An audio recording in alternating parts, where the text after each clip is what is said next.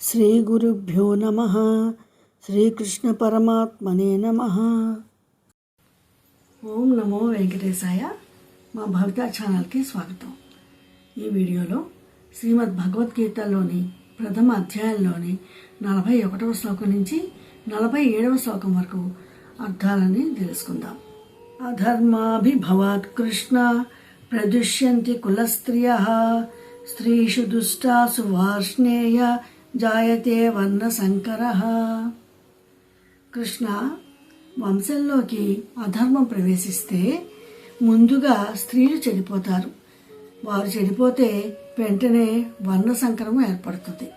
సంకరో నరకాయైవ కులజ్ఞానం కులస్య చ పతంతి పితరో హ్యేషాం లుప్తపిండోదక క్రియాః. వర్ణ సంకరం అంటూ ఏర్పడితే దానికి కారకులైన వంశనాశకులు ఎవరున్నారో వాళ్ళ వంశాలు కూడా నరకం పాలే అయిపోతారు.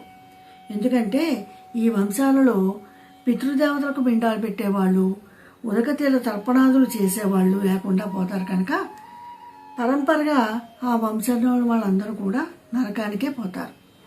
దోషైరేతై కులజ్ఞానం వర్ణసంకర కారకైః ఉత్సాద్యంతే జాతి ధర్మాః కులధర్మాశ్చ శాశ్వతాః.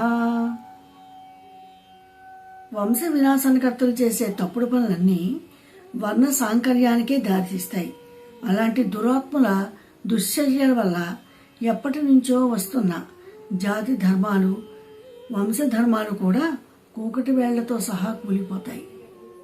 ఉత్సన్న కుల ధర్మాణం మనుష్యాణం జనార్దన నరకేనేతం వాసః భవతీత్యను శుశ్రుమ. ఓ జనార్దన, వంశధర్మాలు నశించిపోయిన వంశాలలో జన్మించిన మనుషులకు శాశ్వత నరక నివాసం తప్పదని ధర్మశాస్త్రవేత్తలు చెప్పగా వింటున్నాము. అహోబత మహాత్పాపం కర్తుం వ్యవసితా వయం యద్రాజ్య సుఖలోభేన హంతుం స్వజనముద్యతాః.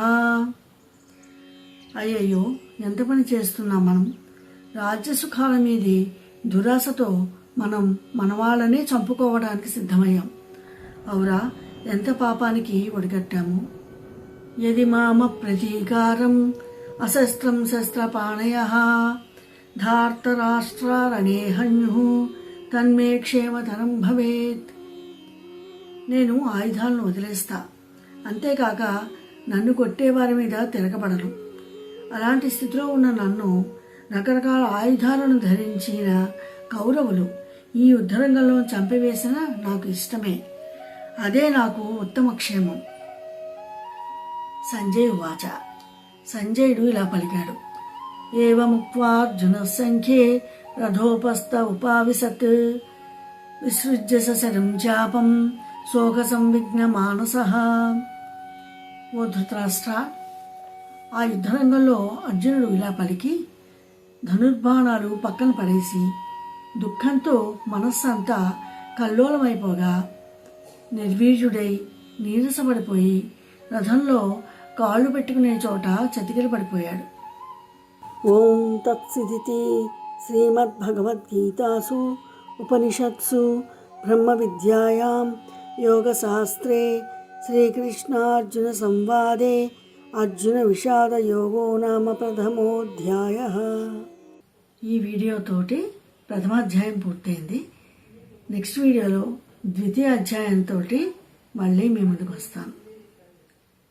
నన్ను తప్పకుండా అందరూ సపోర్ట్ చేస్తారని ఆశిస్తున్నాను. ఈ వీడియో మీకు నచ్చినట్లయితే లైక్ చేయండి, షేర్ చేయండి అండ్ సబ్స్క్రైబ్ చేయండి. Thank you.